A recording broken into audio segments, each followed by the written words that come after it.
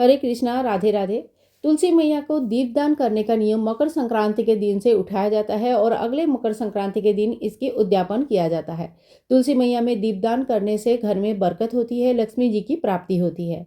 ये नियम आप सुबह ब्रह्म मुहूर्त के लिए भी ले सकते हैं या एकदम जो गोधूली टाइम होता है, इवनिंग टाइम होता है, उस टाइम के लिए भी ले सकते हैं।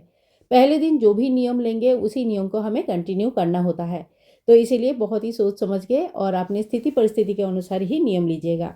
तो देखिए, शाम के टाइम पे सवेरे पूजा पाठ आप कर लीजिए, जो जल चढ़ाना होता है, जो भी काम रहता है, जैसे भी आपका पूजन रहता है उस तरह से कर लीजिएगा। शाम के टाइम पे हमें संकल्प लेके शाम की दिया बत्ती का नियम लेनी चाहिए। तो तुलसी मैया को मैंने यहाँ पे चुनरी उड़ा दिया है।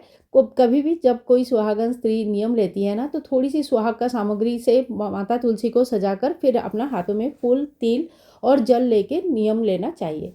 तो यहाँ पे तुलसी जी को जहाँ पे आप नियम लेना चाहते हैं उस जगह पे को साफ कर लीजिएगा। तुलसी जी के गमले के ऊपर एक स्वस्तिक बना लीजिएगा।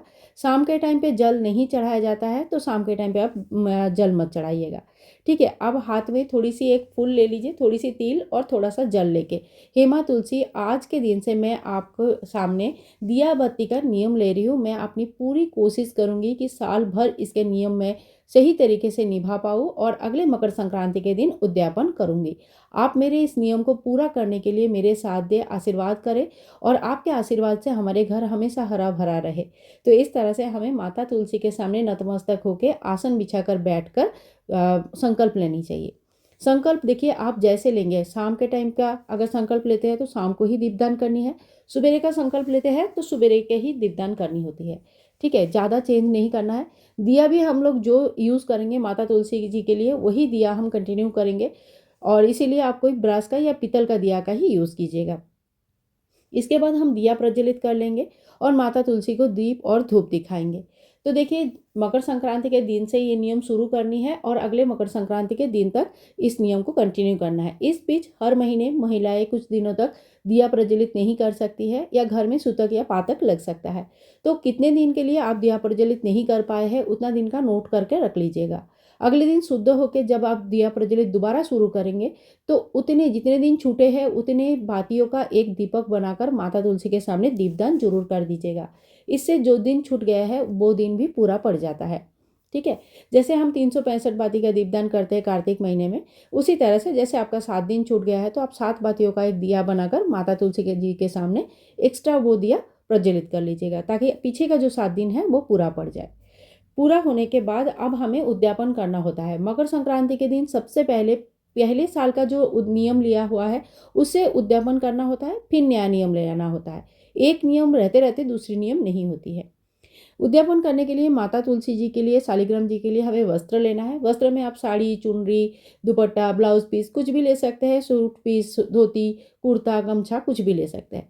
इसके साथ ही देखिए, तिल से बना हुआ कोई मिठाई हमें लेनी है, क्योंकि तिल का दान करने से बोलते हैं कष्टों का नाश होता है। तिल का दान बहुत ही पुण्यदायी माना जाता है। आप अलग से तिल और गुड़ का भी दान कर सकते हैं। तो इस तरह से हमें दान सामग्री लेनी है।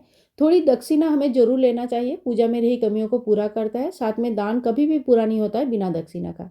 अब दिया प्रज्वलित करने के लिए जो भी सामग्री हमने यूज़ किया है या जो भी यूज़ होता है उन सभी चीज़ों का दान इसमें करना चाहिए। जैसे हमने माचिस एक ले लेंगे, 365 बाती ले लेंगे।